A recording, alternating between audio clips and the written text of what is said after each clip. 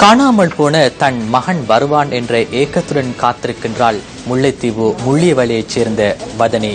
இவரின் ஏக்கத்துக்கு இதுவரை பதில் கிடைக்கவில்லை. நாட்டில் இடம்பெற்ற இறுதி யுத்தத்தின் போது சுஜிதரன் காணாமல் போயுள்ளார்.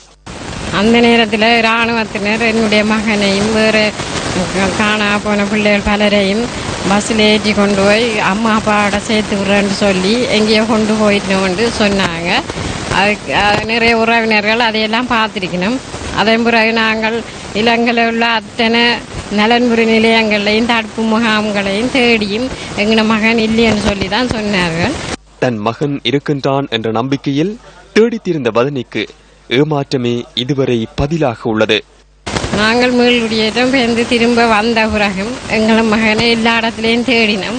பல அமைப்புகளிடம் அரசாங்கத்திடம் முறையிட்டு தேடியும் இதுவரை காலமும் அதுக்கு எந்த விதமான நல்ல பதிலும் கிடைக்கவும் இல்லை.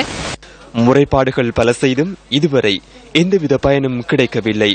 காணாமல் ஆக்கப்படுதலுக்கு எதிரான சர்வதேச தினம் இன்று அனுஷ்டிக்கப்படும் நிலையில் இவர் போன்று உறவுகளை தேடி அலையும் காணாமற் போனோரின் உறவுகளுக்கு இந்த நல்லாட்சியிலாவது அரவணைப்பு கிட்டுமா?